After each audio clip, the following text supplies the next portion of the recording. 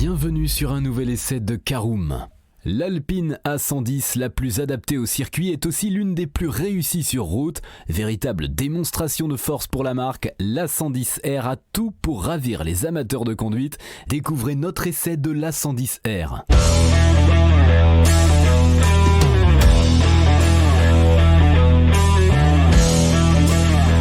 Bonjour et bienvenue pour un nouvel épisode des essais de Caroom. Chaque mercredi, on vous partage nos expériences, avis et notes sur les modèles que nous essayons pour répondre au mieux à vos besoins sur l'automobile. Caroom, c'est un comparateur de voitures neuves, d'occasion et de leasing, mais aussi un guide d'achat qui vous accompagne et vous conseille dans toutes vos démarches automobiles.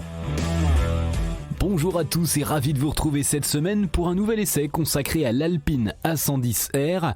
Un sommaire en 5 parties, l'extérieur et le design en première partie, le poste de conduite et l'habitabilité de notre Alpine A110R en deuxième partie. Nous verrons ce qu'elle vaut sur la route en troisième partie. En quatrième partie, nos notes et avis sur l'essai. Et en cinquième et dernière partie, un bilan global de notre essai de l'Alpine A110R. Alors, hormis peut-être les sportives Porsche, peu de modèles peuvent se targuer d'avoir autant de variantes que la berlinette française. A110 puis A110R, version intermédiaire A110 GT et maintenant A110R, voilà de quoi en perdre son latin. Ce qu'il faut retenir, c'est que la dernière de cordée est aussi la plus radicale de la gamme comme son nom l'indique.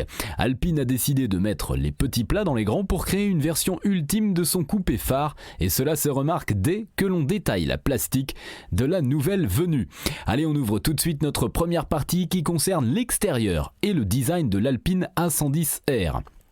Il est en effet impossible de confondre l'A110R avec toute autre Alpine. Cette dernière est plus basse de 10 à 20 mm qu'une A110S selon le réglage choisi, elle-même déjà plus basse qu'une A110 classique et a fait du carbone son cheval de bataille. Lame avant, capot arrière, aileron réglable et même jantes sont faits de la fibre tressée de manière à sauver le plus de poids possible et d'optimiser l'aéro. Cette mission accomplie puisque la masse de seulement 1082 kg et de 34 kg inférieure à celle d'une A110S, soit un gain sacrément important à ce niveau de poids. Avec les réglages optimaux, Alpine est parvenu à offrir la même traînée que l'A110 de base tout en offrant 110 kg d'appui aérodynamique supplémentaire à l'arrière et 30 kg à l'avant. Et si l'on raisonne en termes purement esthétiques, jamais une Alpine récente n'avait été aussi méchante. Mettre une A110R à côté d'une A110 classique fait paraître la seconde bien frêle. À moins d'être fan absolu des peintures mat, on ne saurait en tout cas que trop vous conseiller de laisser le bleu racing de côté, histoire d'éviter d'alléger votre compte en banque de 6 000 € supplémentaires. Allez, on embraye sur notre deuxième partie qui concerne le poste de conduite et l'habitabilité de l'Alpine A110R. La chasse au kilo superflu a donc laissé des séquelles dans l'habitacle bien dépouillé. C'est simple, sans opter pour l'option pack de rangement à 550 € qui propose un petit filet de retenue derrière le siège passager ainsi qu'une boîte à gants fixée au milieu de la paroi entre les sièges. Il n'y a absolument aucun endroit où déposer des affaires à part les coffres avant et arrière, 96 et 100 litres de contenance respectivement. Mais il y a encore plus extrême, outre l'absence de rétroviseur intérieur, inutile avec le capot moteur en carbone, il n'y a même pas de ceinture de sécurité, seuls les harnais sont homologués. Les sièges performance de l'A110S laissent ici place à des baquets intégraux, toujours fabriqués par Sabelt, qui ne sont qu'une coque de carbone avec quelques rembourrages en mousse, par ailleurs étonnamment confortable. Les ingénieurs sont même allés jusqu'à boulonner directement le baquet passager au plancher, histoire d'économiser le poids des glissières. Jusqu'au boutiste, vous l'aurez donc bien compris. Allez, on passe à notre troisième partie, voyons ce que vaut notre Alpine A110R sur la route. Les premiers tours de roue contrastent avec l'aspect spartiate de l'habitacle. Il y a certes quelques inconvénients comme pour payer les parkings et péages ou ne serait-ce que fermer la portière une fois harnachée. La situation vire invariablement au comique, mais le confort prodigué par le châssis sur mesure de l'Alpine A110R est tout simplement bluffant. La française dispose en effet de combinés fabriqués spécialement pour elle à partir d'amortisseurs ZF Race Engineering et d'amortisseurs iBar, l'ensemble faisant preuve d'une grande progressivité. Ainsi, les aspérités du bitume sont avalées avec brio malgré des tarages pourtant plus fermes que l'A110S.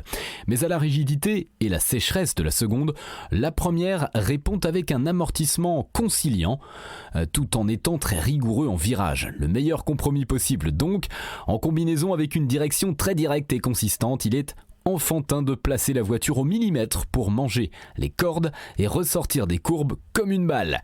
L'Alpine A110R met totalement en confiance au volant, au point que le rythme adopté sur route est naturellement très élevé, même sans velléité de rouler couteau entre les dents.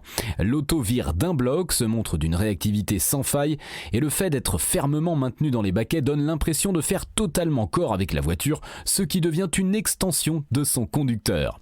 Côté mécanique, rien de nouveau puisque la R reprend à l'identique la mécanique de la S, à savoir le 4 cylindres 1,8 litre turbo de 300 chevaux et 340 Nm de couple. Impossible de proposer des chiffres plus ambitieux sans risquer de mettre à mal la fiabilité de la fragile boîte EDC à double embrayage et 7 rapports déjà poussés dans ses retranchements. Mais point d'inquiétude, avec 3,9 secondes pour passer de 0 à 100 km/h, 290 km/h en pointe et des reprises dignes de voitures électriques haute performance, rien ne manque dans l'Alpine. La sonorité est même plus sympa que dans les autres déclinaisons de la Dieppoise, avec un échappement sur mesure qui sonne de façon assez rageuse et démonstrative pour impliquer la personne prenant son pied derrière le volant. S'il y avait un reproche tout de même, c'est côté ergonomie. Les palettes de la boîte de vitesse sont trop courtes et trop haut placées pour convenir à tous les conducteurs, ce qui fait que l'on peut tâtonner avant de les trouver lorsque le volant est braqué.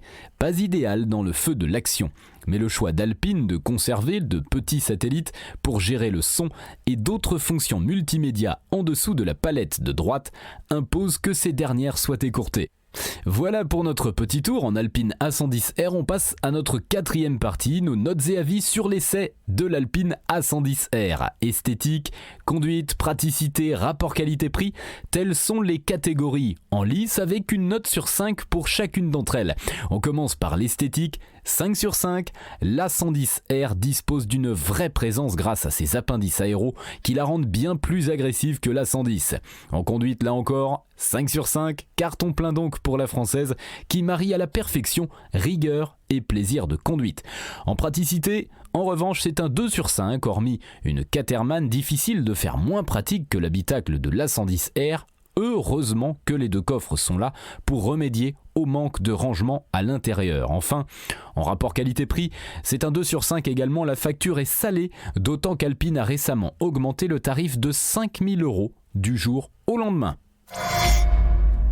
Voilà, c'est l'heure de faire le bilan global de notre essai de l'Alpine A110R. Sacrée voiture que cette Alpine A110R, ultra aboutie, finement développée et tenant ses promesses une fois au volant, c'est une vraie sportive, comme il en existe de moins en moins sur le marché.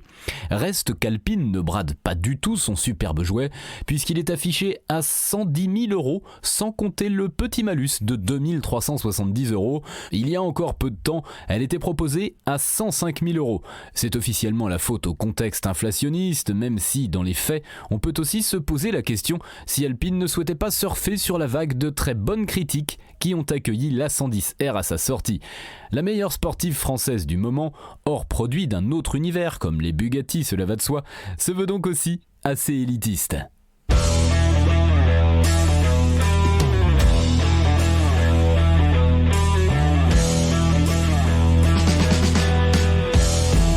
Et bien voilà, on en a fini pour cet essai. Si vous souhaitez avoir davantage d'informations, n'hésitez pas à aller lire l'article en entier, on a mis le lien dans la description plus quelques bonus. Vous pouvez également le retrouver en tapant Caroom et c'est Alpine A110R sur Google.